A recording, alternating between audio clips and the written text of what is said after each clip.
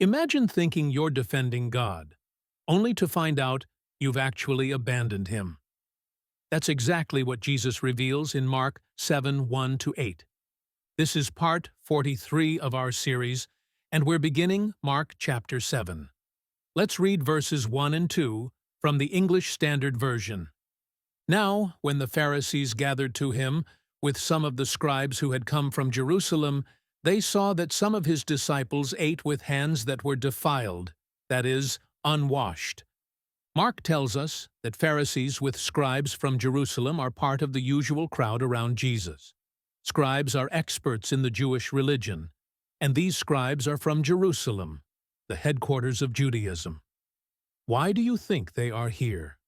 Jesus, a carpenter from Nazareth, not a Pharisee or a scribe or even a trained rabbi, is drawing massive crowds everywhere he goes. These insiders have come to evaluate this outsider to see if he's kosher. Pardon the pun. What do they find? They find fault with the disciples of Jesus. They see that some of them are eating with defiled, unwashed hands. It's important to note that this isn't about hygiene, it's about religious ritual purity.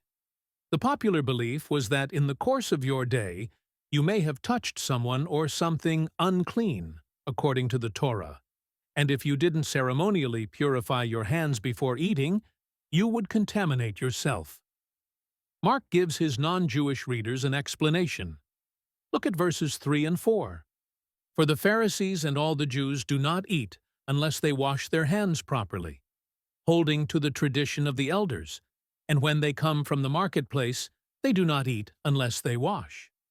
And there are many other traditions that they observe, such as the washing of cups and pots, and copper vessels and dining couches. Look at the phrase, they wash their hands properly, holding to the tradition of the elders. It's not just about washing, there's a proper way to do it. What is that way? The way established by the elders, not as stated in the Torah, but as established by the elders. There's a traditional way to do this, and Jesus' disciples aren't following the tradition. Notice that Mark mentions coming from the marketplace. Why specify that? Because it's a place of crowds and items that you can't be sure have been handled properly. You might accidentally touch something unclean, so you'd better ritually wash before you eat. And it's not just hands, but cups, pots, and even furniture that tradition requires to be purified. On to verse 5. And the Pharisees and the scribes asked him, Why do your disciples not walk according to the tradition of the elders, but eat with defiled hands? There's so much here. They express a criticism veiled as a question. They asked why the disciples didn't walk according to the tradition of the elders. Walking was a common metaphor for the way a person lived his or her life. So it's bigger than hand washing.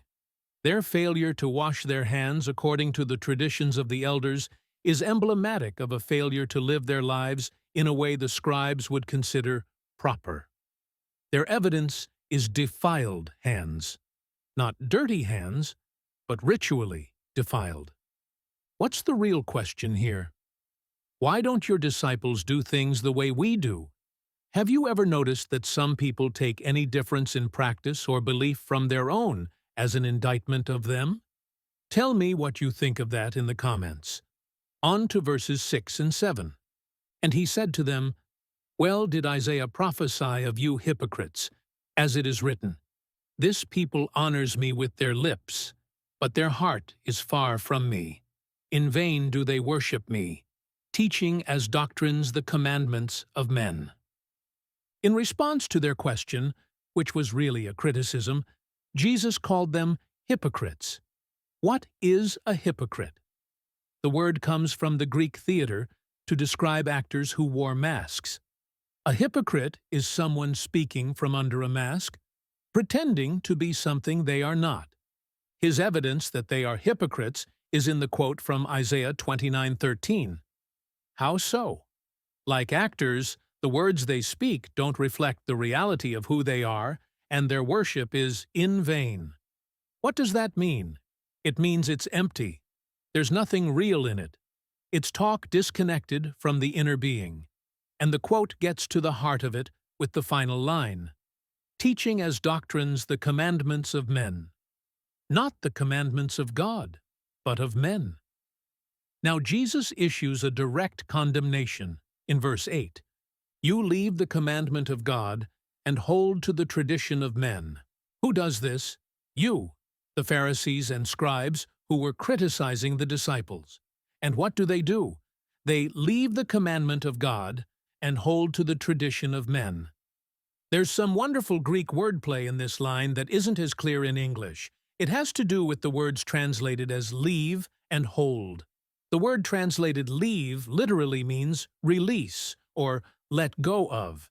And the word translated hold means to seize or to grasp. And the dynamic is that they casually let go of God's commandments while desperately grasping man's traditions. They have let the truly important thing fall to the ground, while clutching things that were made up by people. So what? Why does this matter? These men came to evaluate Jesus and his ministry. But Jesus has demonstrated that their basis for evaluation is flawed. They are more concerned with external adherence to a set of traditional practices than with faithfulness to God and his ways. These hypocrites are looking for competent actors who play the proper role of religious people, but they don't care about the real motivations of the heart. With that in mind, are the Pharisees and scribes even qualified to evaluate what Jesus is doing? What can we learn about ourselves from this passage? How do you react when you see someone whose religious practices are different from your own? Do you assume they are doing something wrong? Do you take it as a criticism of your own practices and beliefs? How should you respond to these feelings? Perhaps a good first step is to be certain that you haven't unknowingly substituted the traditions of men for the commandments of God. In our next video, Jesus gives a concrete example of how they trade away commandments in favor of traditions. Thank you for watching So What Scripture. Please like, subscribe, and share this video with a friend.